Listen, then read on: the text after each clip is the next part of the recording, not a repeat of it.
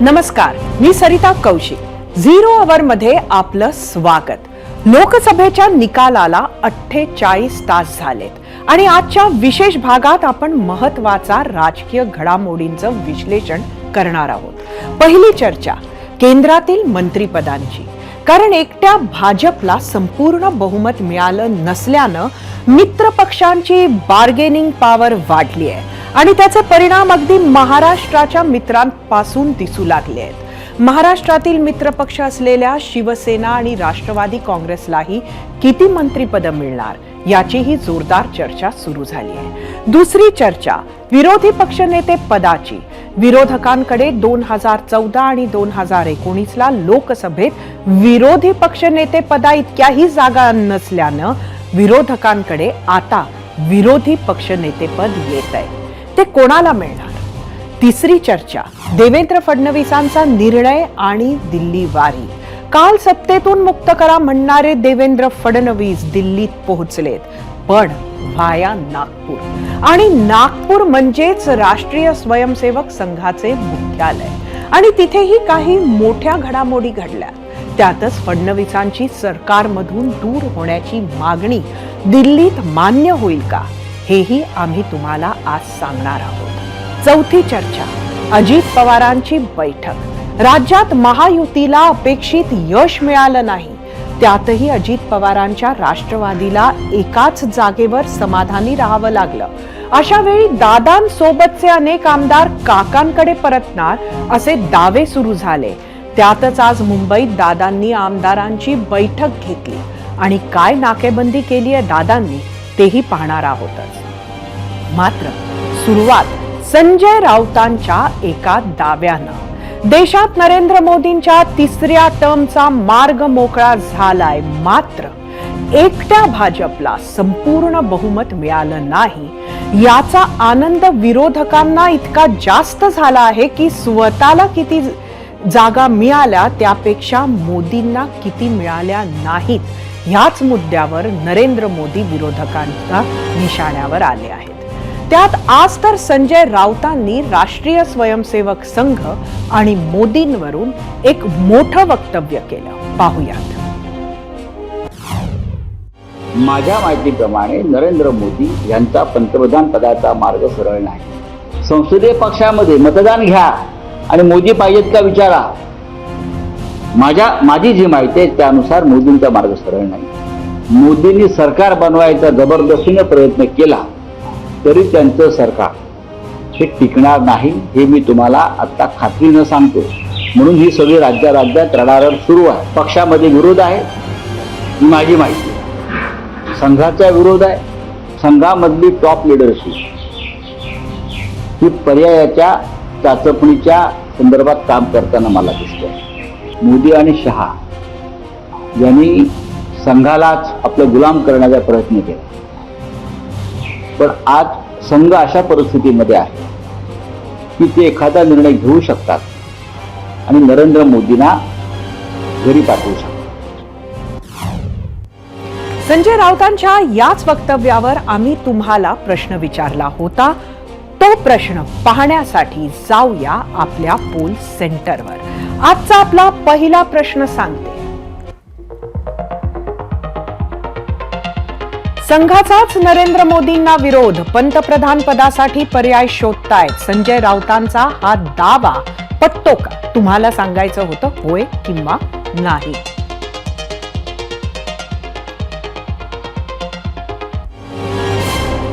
,1996 साली अटल बिहारी वाजपेयींच्या रूपानं संघ विचाराचं सरकार पहिल्यांदा देशात आलं। त्यावेळी आणि नंतरही 99 साली भाजपला पूर्ण बहुमत नव्हतं, त्यामुळे त्या खिचडी सरकारला मर्यादा होत्या। पण 2014 आणि 2019 साली मोदींना पूर्ण बहुमत मिळालं आणि प्रचारक मोदी आणि राष्ट्रीय स्वयंसेवक संघानं देशासाठी पाहिलेली स्वप्न पूर्ण करण्याचा मार्ग मोकळा झाला। मोदींच्या कार्यकाळात अशी कोणती कामं मार्गी लागली, कोणती कामं बाकी आहेत त्यावर एक नजर टाकूयात ग्राफिक्सच्या माध्यमातून आणि त्यासाठी जाऊया आपल्या मीडिया सेंटरला। संघाच्या मनातली जी कामं आहेत त्यातील कुठली कामं मोदींनी पूर्ण केली? अयोध्येत भव्य राम मंदिराचं स्वप्न पूर्ण झालं. 500 वर्षांचा संघर्ष फळाला आला. 4.5 दशकांपासून देशाचं समाजकारण आणि राजकारणात राम जन्मभूमीचं आंदोलन सुरू होतं. सर्व न्यायालयीन आणि कायदेशीर प्रक्रिया पार पाडत अयोध्येत भव्य राम मंदिर अस्तित्वात आलं. जम्मू काश्मीरचा विशेष दर्जा संपवला. कलम 370 हटवले. एक निशान, एक प्रधान, एक संविधान म्हणजे देशाचा एकच ध्वज, एकच प्रमुख आणि एकच संविधान असेल हे संघाचे अत्यंत जुना वैचारिक स्वप्न पूर्ण झालं. जम्मू काश्मीरमधील अतिरेकी कारवायांवर नियंत्रण मिळवण्यात उल्लेखनीय यश मिळालं. सैन्यावर होणारी दगडफेक संपली. काश्मीरी तरुणांमध्ये भारत देशाबद्दल असलेली अलगदतेची भावना कमी करण्यात काही अंशी यश. शेजारी देशांमधील अल्पसंख्याकांना नागरिकत्व देणाऱ्या कायद्यात दुरुस्ती झाली. देशात सीए लागू होण्याचा मार्ग मोकळा झाला. 3 तलाक सारख्या प्रथेला कायदेशीर आळा बसला. मुस्लिम महिलांच्या जीवनात जास्त सुरक्षितता आली. काशी विश्वनाथ मंदिर आणि कॉरिडॉर, उज्जैन महाकाल मंदिर, प्राचीन हिंदू मंदिरांचे पारंपरिक आणि सांस्कृतिक महत्त्व कायम ठेवून आधुनिकीकरण करण्यात आलं. गोवंश हत्या प्रतिबंध जनजागृती करण्यात आली. शैक्षणिक अभ्यासक्रमात भारतीय सांस्कृतिक मूल्य तसेच राष्ट्रवादी विचारसरणीच्या इतिहासाला महत्त्व देण्याची सुरुवात मोदींनी केली. आंतरराष्ट्रीय पातळीवर योग विद्येला महत्त्व मिळालं. ही सर्व संघ विचारधारा त्यांनी पुढे नेली. मात्र काही कामं जी पूर्ण होऊ शकली नाही तीही समान नागरी कायदा असो, लोकसंख्या नियंत्रण कायदा असो किंवा 1 नेशन 1 इलेक्शन, अजून संघाकडून अपेक्षित असलेली पण पूर्ण न झालेली ही काही कामं.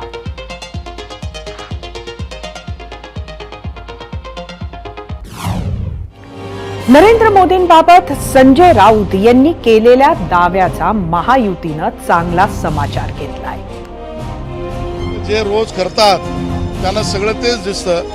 रोज सकाळी उठून त्यांचे बालनाट्य असतं, त्यामुळे त्यांना सगळं तसंच दिसत असेल. मला वाटतं स्वप्न नक्की जरूर बघावं. आता एक स्वप्नभंग झालंय. पहिल्या दिवशीपासून ही चर्चा सुरू केली होती की सरकारच आमचं येईल. आता मात्र शेपूट घातलेला आहे. त्यांनी देव पाण्यात टाकून बसले असले तरी जनतेचा कौल एनडीएच्या बाजूने मताधिक्याच्या पुढे आहे. त्यामुळे विरोधात आता पुढची 5 वर्षांना बसायचं आहे. पक्षांतर्गत जर मतं जर असं अनुभवायची असती तर उठावच झाला नसता. या पक्षाचे 2 तुकडे नसते झाले. म्हणून इतरांना अक्कल नका शिकू. मोदींच्या नेतृत्वाखाली निवडणूक लढवली गेली. मोदी पंतप्रधान बनणार.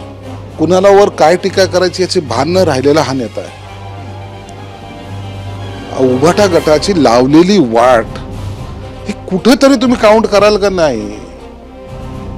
काँग्रेस 1चं 13 वर गेलंय. मुलगा त्यांना झाला पेढे. हे काय वाटतंय? हे सर्व देशात घडत असताना राज्यासाठी मात्र सर्वात उत्सुकता असणारी बातमी मात्र देवेंद्र फडणवीसांचीच होती.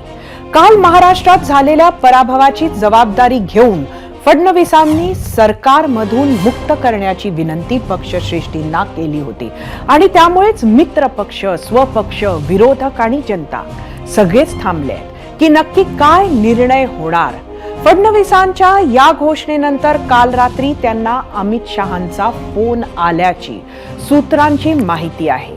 त्यांच्या राजीनाम्यावर फोनवर बोलण्यापेक्षा दिल्लीत आमने सामने बसूनच बोलूया असे शहांनी सांगितल्याचं कळतंय. संसदीय पक्षाच्या बैठकीसाठी फडणवीस आज दिल्लीत डेरेदाखल होणार होतेच आणि झालेही. दिल्लीत येण्याआधी देवेंद्र फडणवीस आधी नागपूरला पोहोचले. यावेळी त्यांच्यासोबत प्रदेशाध्यक्ष चंद्रशेखर बावनकुळे सुद्धा उपस्थित होते. त्यांच्या राजीनाम्याच्या ऑफरमुळे अस्वस्थ झालेले कार्यकर्ते आपले समर्थन दाखवायला मोठ्या संख्येनं विमानतळावर उपस्थित झाले होते. एका पद्धतीचे पक्षाला संकेत देणारे हे शक्ती प्रदर्शनच नागपुरात झाले. यावेळी बावनकुळेंनीही कार्यकर्त्यांच्या भावनांचं समर्थन केलं. पाहूयात. देवेंद्रजीला विनंती आहे आणि केंद्राने आम्ही विनंती केली आहे की देवेंद्रजीला सरकारमध्ये ठेवूनच या राज्याचं समोरचं भारतीय जनता पार्टीची संघटना आणि सरकारमधलं काम हे पुढं नेऊन एकदा हे भ्रमिक जे राजकारण केलं आहे, कन्फ्युजनचं राजकारण या महाराष्ट्रात केलं आहे, जातीपातीचं राजकारण केलं आहे, यातनं पुन्हा महाराष्ट्र बाजूला होऊन विकासाच्या मागे महाराष्ट्र यावा याकरता आम्ही काम करणार आहोत. पण मोठी बातमी ही नाही. फडणवीसांच्या बातमीत ट्विस्ट आला तो राष्ट्रीय स्वयंसेवक संघाच्या रूपानं.